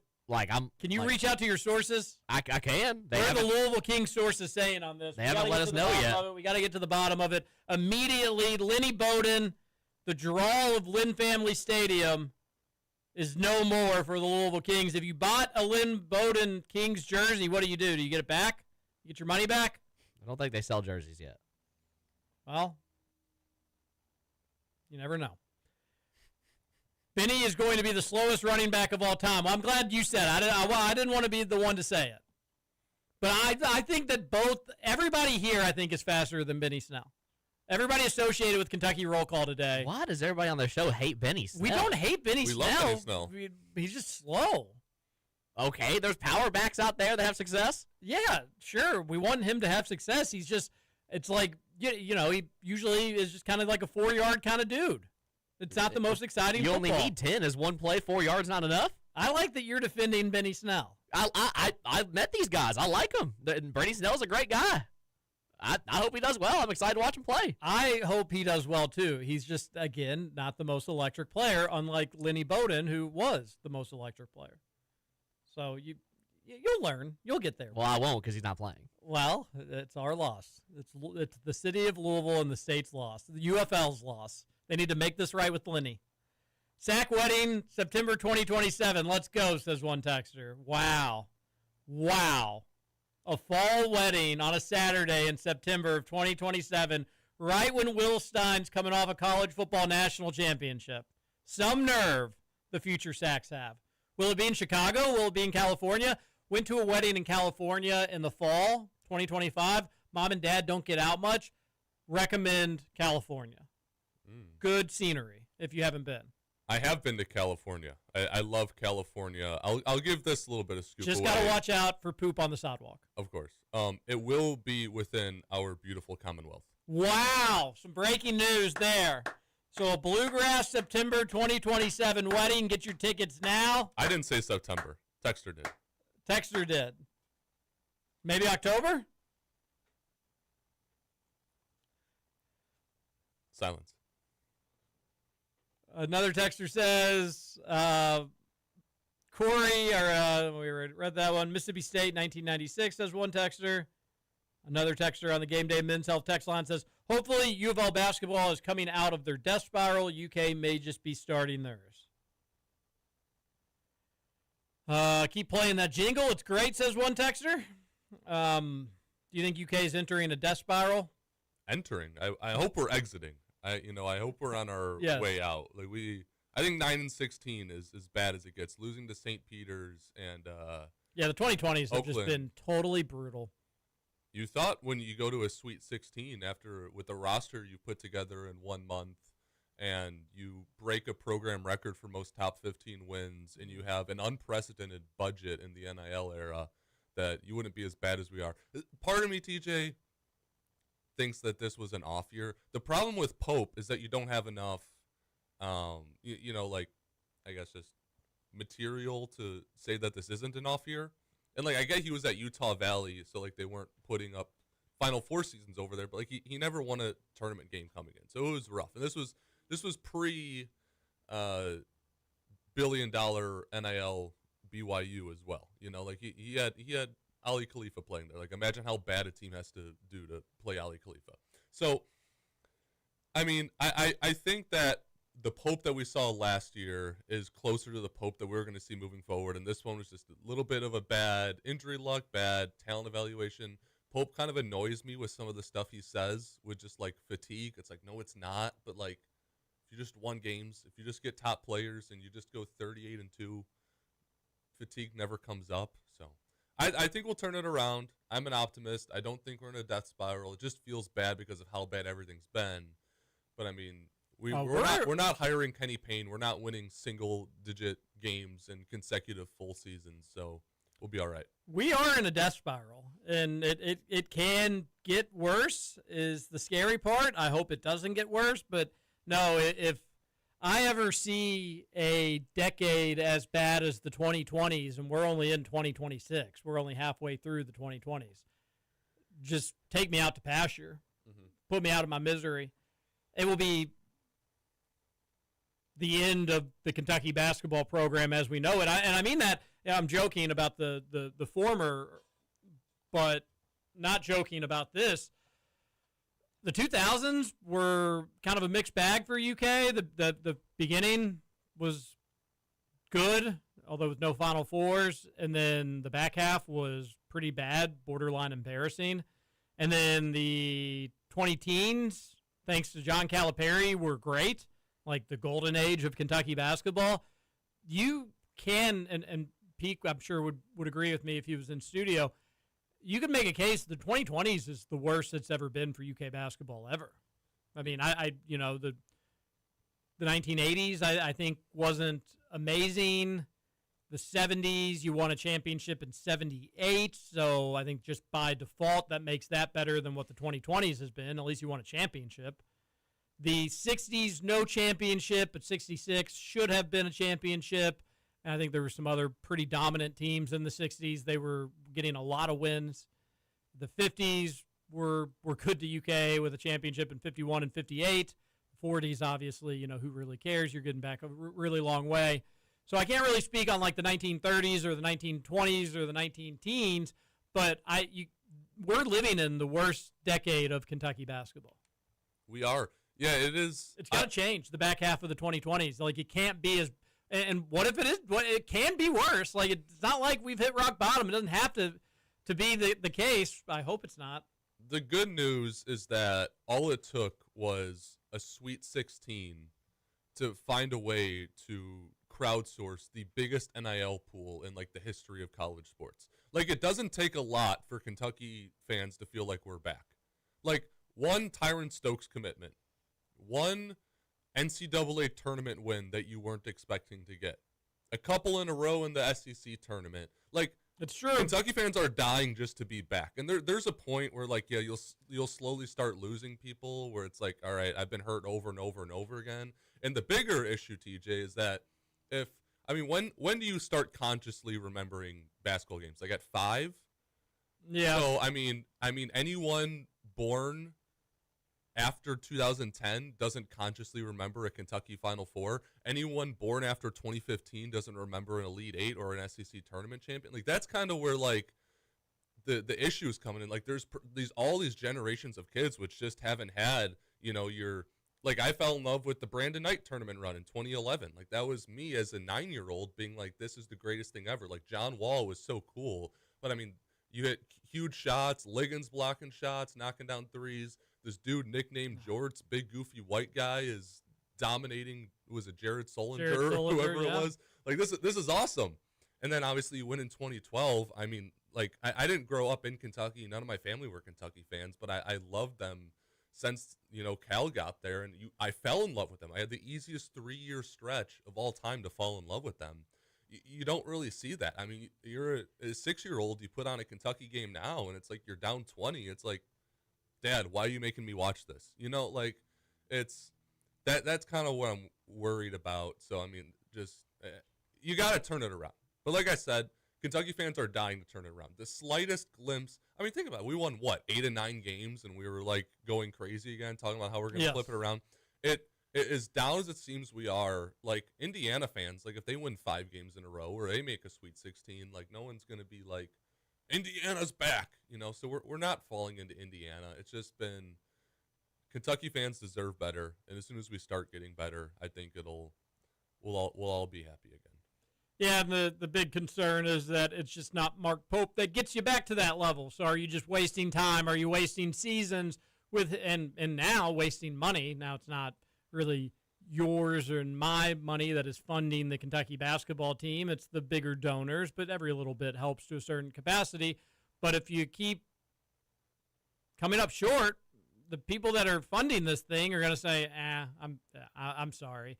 And then that guarantees almost like a sped up process here where it'll get really bad, but then that sucks for us fans that it gets really, really bad. And then you get change after the fact, and you'll get a new coach hopefully after that. But you just don't ever really want it to get to that point. We thought that the transition to the Mark Pope era was the dog days of Kentucky basketball being behind us, not a prolonged version or even a worse version, which is what it has been from the misfailings that was the end of the John Calipari era. So, yeah, we're all on the same page. It's got to be better. Talent's got to be better. Injury luck needs to be better.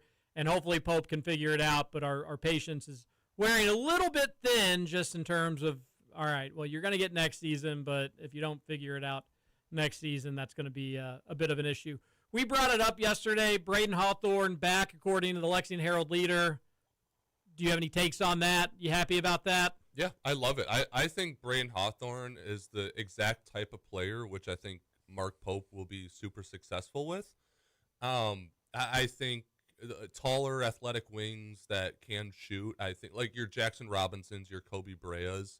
Hawthorne has a little more athleticism and height on both of them. We'll just see if he can shoot 35% once we start playing real competition or not. But I love the ad. I'm not expecting him to come in and be like, this is our stud. But also as we look at this upcoming freshman year's class, like Braden Hawthorne was a top 30 recruit in what wound up being maybe the greatest recruiting class of all time. And the only real knock on him was he was too thin, but he puts on, I think Peak tweeted out 30 pounds of muscle over the year. He's got to go up against Owe. He's got to go up against Chandler. He's got to go up against Cam Williams in Aberdeen, like every single day. Like, if he was top 30 in this loaded class, next year's class is a little bit weaker. Plus, he added on 30 pounds of muscle playing in college. I mean, how do you rank him up against next year's true freshman? Like, I think we're talking about a potential 5-star equivalent guy, which we're adding onto our team. So, again, like, I said this on We're Up to No Good. If you add Braden Hawthorne and you don't have any studs, you're not happy because you still need to get studs. You got to get Aaron Stokes, got to get a top portal guy.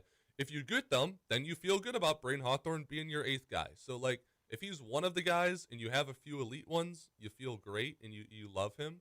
If you don't have top studs, it really doesn't matter how good your 8th best guy is, as we've seen this year. The only thing I'll say is the biggest, devil's advocate, which is like, well, if he's that good, why didn't he play this year? And I think the idea with that is, like, he knew he was going to redshirt. The idea was he would be the 13th man. He went into the season.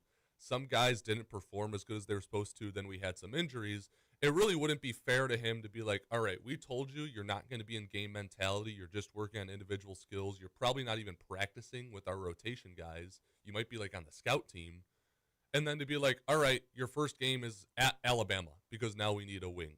So I think it wasn't so much he's not good enough. I certainly think he's better than Trent Noah and Jasper Johnson right now. It's just he's not ready to be playing in games and stuff like that. And ideally, he's super good next year, and we're talking about why didn't we burn his red shirt? That's best case scenario. But I don't think we're at a spot where he's so bad he can't even find minutes on this year's Kentucky team. I don't think that's the case. Yeah, and I don't know because I haven't seen him, and I think a lot of people haven't seen him. I do know some of the, and you hear more stuff behind the scenes than I do, but some of the scuttlebutt that I've heard is that he has looked good, that he's held his own in practice, that he's not that he's like dominated, but like he could potentially have been helpful for this Kentucky team. I don't know. I don't know. Could he have been helpful for this team? If the answer to that question is yes, then you needed to play him. And while you did give a scenario, and I say this lovingly and respectfully, it like that's not a good rationale. Like he was not planning on playing, so you got to just stick with the plan, and it wouldn't be fair to him to throw him into a tough spot. Well, if you're seeing him get the better of Trent Noah and people that are getting meaningful minutes, you just have to, I mean, that's just common sense. Hey, buddy, we're talking about your career here. Like, you're ready for this. We're seeing it. Like, you see what these guys are doing in games. You're doing a better job in practice, so you about ready for it? And I just would have a hard time for Hawthorne to be like, no, I'm scared. I don't want to. And, I'm not to say that it was like a coach's decision not to play him. My best guess is he just wasn't totally ready to play. Like, his body wasn't ready to play. While maybe he did some nice things in practice here or there, he just wasn't going to change the overall landscape of this team's equation. Maybe there could be a game he could score like 5 or 6 points, but all things considered, he'd be a liability defensively because his body's not ready, so he'd get beat up on. Teams would try to isolate him, and he's not good enough. At the end of the day, the long and the short of it, he's not good enough. So I'm happy that he's back. Is this like a top 15 2026 recruit coming in? Is this like a top 30 2026 recruit coming in? I think you're right. Like there is a huge added bonus of being in the system, knowing what your head coach wants to do, going against grown men every day and banging against, the Otega Oways of the world and having to go up against a Mo Diabate for a rebound. That will teach you about rebounding pretty quick. So there is a bonus to that, but I truly just don't know. And it's one of those situations that you'd want like a Jack Pilgrim or a recruiting insider to give you a better idea of where he'd fit in this class. But realistically, they wouldn't totally know because they don't know what Braden Hawthorne would look like playing against 17-year-olds in the AAU circuit or in the McDonald's All-American circuit that's coming up here pretty soon. Would he have even been a McDonald's All-American for 2026? And people could give their opinions on this, people that have seen Hawthorne during his high school AAU days, people that are more informed with the 2026 class than I am. But even then, they wouldn't know what this version of Braden Hawthorne looks like. Really, only UK's coaching staff knows it. And I think it's cool that they've already got him to confirm that he's back. But my goodness, what a red flag, concerning sign it would be is if your redshirt dude hit the portal. Like, wait, you trained this guy? He came to commit to you so you all could get him right. And when it was time for the payoff, he's just decided to go elsewhere. Now, I think you'd probably have UK insiders spin that as, well, he just wasn't good enough. He wasn't ready to play. But even all the same, it'd still be frustrating. And with the Shaden Sharp situation and the Jaden Quaden situation, you could have had another situation of Braden Hawthorne being in the program, never playing a game, and then going and what if he ended up doing well somewhere else? Similar to the Johnny Drew Zhang situation. People freaked out when he went to UCLA and put up good numbers. So I'm happy that he's back, but I think everybody's just kind of guessing what he brings to the table. And if he's in any scenario, he could end up being all SEC next year. Could be. I don't know. But if he's in any scenario slated to be a starter, Sack, just inherently, I'm going to be like, oh, boy, that's not good. Like, I've got some roster concerns right then and there. Maybe he ends up being great. He could be. He's got a really interesting, like he does have like a Tayshaun Prince-like frame to him. He's super long. He should be a matchup problem. You put somebody bigger on him, he should be quick enough to maybe get around you. You put somebody smaller on him, he may be able to post up at minimum. You saw it with Nate Mint this year when Kentucky guarded him. Kentucky just put people on him that they thought was the best matchup. Sometimes it was somebody giving up 3 or 4 inches. Well, Nate Mint would just take advantage of that just by shooting over them. Like, I've got – it's going to be an easy shot for me because even when you're putting your hand up, it really doesn't impact me. Hawthorne will have an advantage similar to that with smaller defenders. So he should be a fun piece. Just what his ceiling is, everybody's guessing. What his floor is, everybody's guessing. And you've got to bring in more certain known commodities around him. And you could make the case, well, you say you want Stokes. Is he a known college commodity? No, but I'll roll the dice with that dude. I've seen the highlights. Like I haven't seen the Braden Hawthorne highlights that remind me of a Tyron Stokes. Are we still due for a break here, Producer Matt? Yes, we are. Okay. All right. Well, let's do that now. I apologize for running long. This is Kentucky Roll Call on Big X Sports Radio. Matt Sack, producer Matt Childress, TJ Walker. Back after this. Sicker than your average. Pop a twist cabbage off instinct. Don't think, stink pink.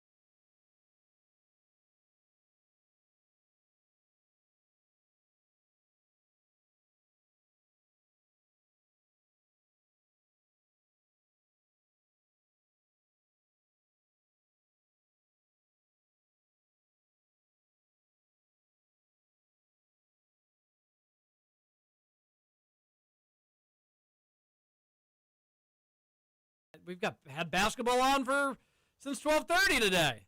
I was going to give out the roll call picks of the day presented by Chad Hennessy with InsureMax, proudly serving the Louisville area for over 25 years. You can call Chad Hennessy at InsureMax today at 502-479-4085.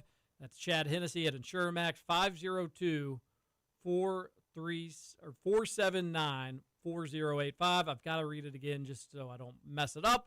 502-479-4085. There we go. Chad Hennessy. My Chad Hennessy lock of the day is Arizona State first half money line against Baylor. Wow. Guaranteed. Because it's already happened. Perhaps. See, we need something, look into the future for something that hasn't happened. I'll say that Arizona State even holds on. Wow. Well, they're up by 12 right now. Not my lock, but I'll take that money.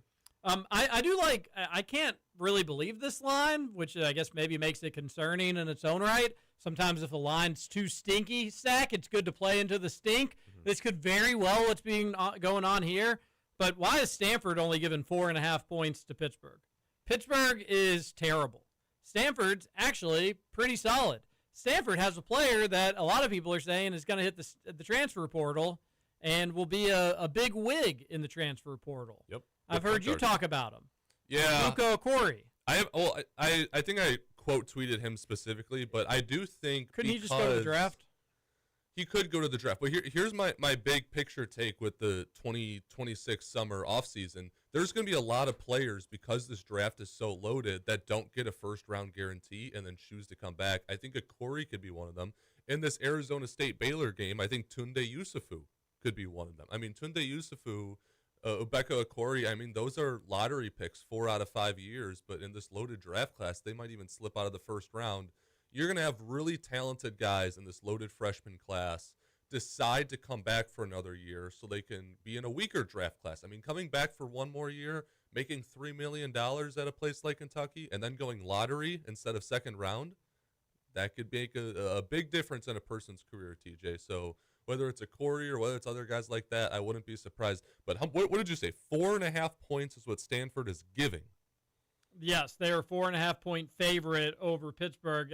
They should win that game by double digits. I don't understand that line. Where's the ACC tournament held?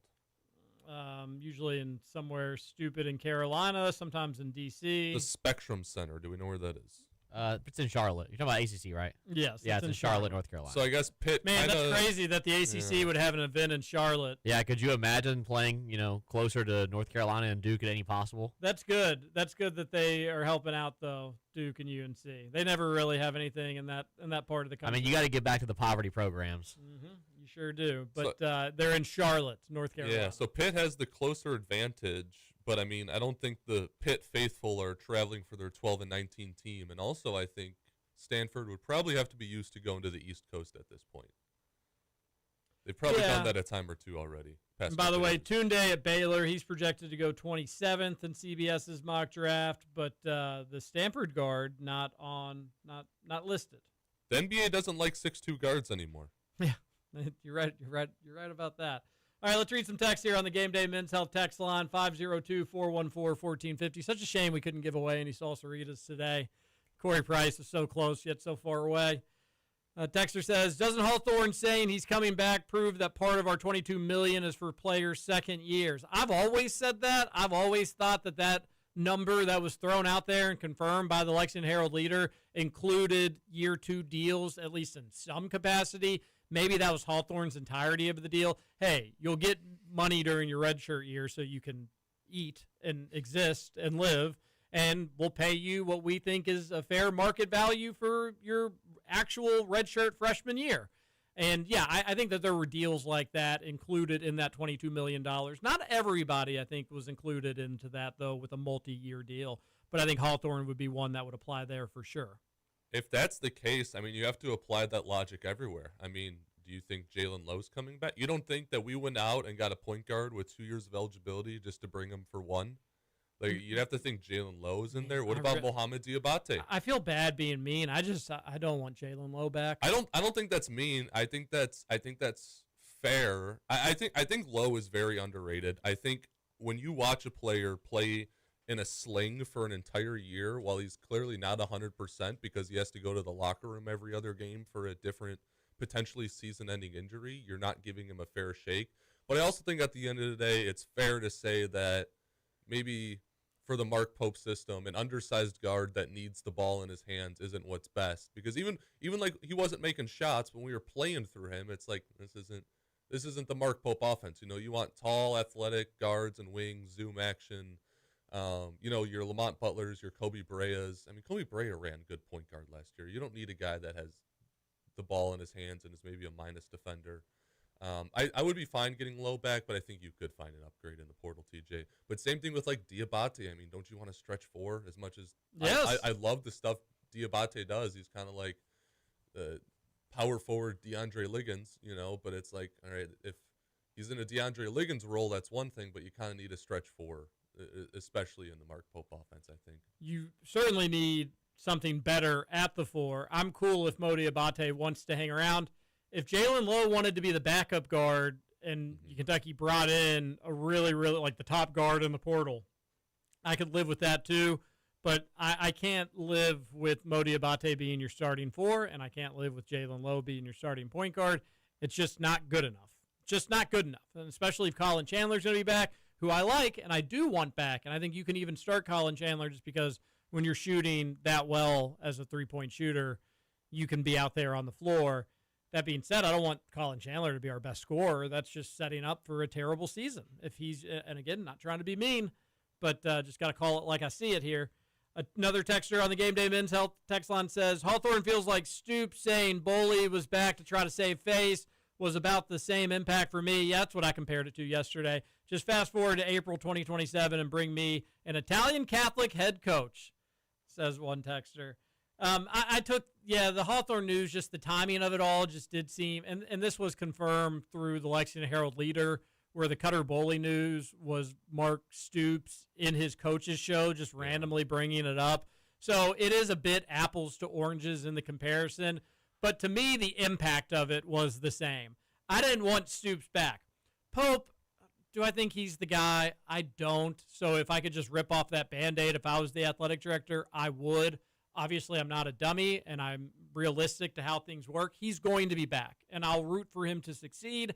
I'll want for him to succeed, but it's different when you have an independent news outlet confirming something from the player or his camp himself versus the head coach just trying to dangle a carrot desperately in front of the fan base in his coach's show after a miserable season. Now, if it would have been Pope going on his coach's show and saying, yesterday, and guys, I've got some good news. Braden Hawthorne, he just told me he can't wait to be a big part of the team. Then I would be like, dude, I don't care. Like, are you seriously trying to? You have 0 recruits. Like, what are you doing? But this was independently confirmed, so it's a little different to me. But the impact's the same. Like Cutter Boley coming back, cool. We need so much more help. Like, are you kidding me? Braden Hawthorne coming back, cool. We need so much more help. Please address all the other needs. That's where I'm at, Sec. Yeah, completely agree. You said it perfectly. I have nothing to add. A texter says on the Game Day Men's Health text line, if you ever leave a job, make sure to take any retirement plans. For balances under 1,000, you can get forced out like Matt. 10% penalty plus income tax up to $7,000, and you can be forced into IRAs and lose track of the funds. Wow. Yeah, that's essentially apparently what I found out happened today was I know some of those words. When I left my last job at Topgolf, who, I had a 401k with, as soon as I left, it got transferred over to a Roth IRA for me, and apparently some of it didn't fully get transferred over. So the withdrawal was them just sending me the money that got taxed like crazy. And I was like, well, I didn't really want you guys to do that. Can you just put it in my IRA? They were like, no, we can't. Why not? Because they already sent it out. Seems like this texter was one day too late. Heard Matt Jones loves California. Another texter says on the Game Day Men's Health text line, Matt should get married at the UK and Bama tailgate. That'd be a good time. Will Stein's first game? Is that opening? Feed the studs?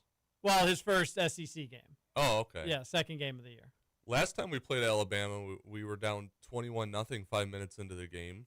That's No, my wife to be is she's gonna have a more classy, beautiful event than a tailgate. Okay. So it could be a good time. I think I met your fiance at a tailgate. You've met her a time or two. Yeah. Another texter on the Game Day Men's Health text line says, when will Roush be filling in again? Not sure, but it was good to get to see him on Friday out at old Molly Malone's. Molly Malone's gearing up for a huge week, huge weekend. I hope the Cats and maybe even the Cards are playing, although I guess U of L ACC championship game Saturday night. Cards actually have a pretty decent draw. Did you see the Duke news today? Caleb Foster out for the year. Saw that. And then who's their big guy is out for the ACC tournament. Patrick Ngongba. Yeah, Ngongba is out for the tournament, but they're going to reevaluate for the NCAA tournament. The good news for Duke, though, for like when you think about the NCAA tournament, you realistically are telling him, hey, you're not playing for like 12 days. Like you get 12 days to rest up, to get healthy. Might as well go ahead and rest Cam Boozer too. Rest them all. And potentially, if you're not worried about an 8-9 game, really you're talking about adding on like another week to that. So then you're talking about close to 3 weeks. Like who cares about an ACC championship game if you're Duke? Come on, rest them. Is there such a thing as a tough draw in the ACC tournament? Louisville, if they would have lost, would have been the 8 seed. So their second game would have been Duke. That's a tough draw. But you're an 8 seed, just like Kentucky. Does Kentucky have an easy draw? Who cares? You're a 9 seed. If you wanted a better draw, you probably should have been a little bit better. But U of L's got one that I think is somewhat favorable. They'll have SMU, who they have beaten and they've lost to, which, by the way, that's another stinky line. SMU giving 4.5, 5.5 points against Syracuse. They should win that game by 10 points. Syracuse is terrible. It's a weird line. I'm not suggesting. I am. Virginia Tech's another weird one. All the ACC lines are kind of weird. They're only giving like 2 points to Wake Forest. Virginia Tech should roll. SMU should roll, but bet responsibly and look into those yourself. I don't really totally understand it. But U of L could get SMU. They've beaten them. They have lost SMU, but they also beat them. And then you would get Virginia. They'd get Miami next. Or Miami and then Virginia to get to the ACC championship game. So they just beat Miami, so Miami will be looking back for them. And Virginia, isn't Virginia just historically dominate Illinois or U of L? Yeah, U of L I think only has one win since both have been in the ACC. Was that the game where they were up 4 with like a second to go and lost? Well, that wasn't the one that U of L won. The one they won was the Mango Mathiang game winner. They had a Mango Mathiang game winner maybe in 2014 on U of L Senior Day, somewhere around then. Maybe 2016, whenever that was. A texter says, no sauce is crazy. I actually understand Pope prioritizing practice time over location, but he'll obviously get crushed for it if we don't play well. Yeah, just one of those things when the season's not going well, it gives people something to latch onto. Ask Zach what happened to Silas Demery. What happened with Silas Demery? Oh, yeah, I guess we disagree on this. You just thought it was like not a good fit, or they both mutually agreed it wasn't a good fit? Well, wasn't it Pope like met with him and then like left the meeting and just said, yeah, we have different priorities? I don't think that was my take. I thought that was like a Jack Pilgrim post or something. Okay. Well, I think one texter, someone that knows more than me. One texter, I think, attributed that take to you, that it was like, yeah, it just wasn't a good fit, instead of it being like a Pope whiff, where, I mean, at the end of the day, UConn wanted this dude really bad. Yeah. You seemingly wanted him because you traveled out instantly, and you didn't get him. They did get him, regardless of like the fit means. You make that work. Bring him in. Whiff doesn't necessarily mean you went all out already. Oh man, we had a good show. What a sack shill for Pope, says one texter. John here, positive vibes. I have Coach Pope and the Baskets winning the SEC tournament. All right, so we'll be doing a show at noon tomorrow. It'll be a short show, but we will be doing it. We'll be bringing you right into the Cats versus LSU, and then I'll be doing the post-game show right after it. We'll tell you more about that tomorrow. Thanks to Corey Price, Matthew Sack, and producer Matt Childress. This is Kentucky Roll Call on Big X Sports Radio.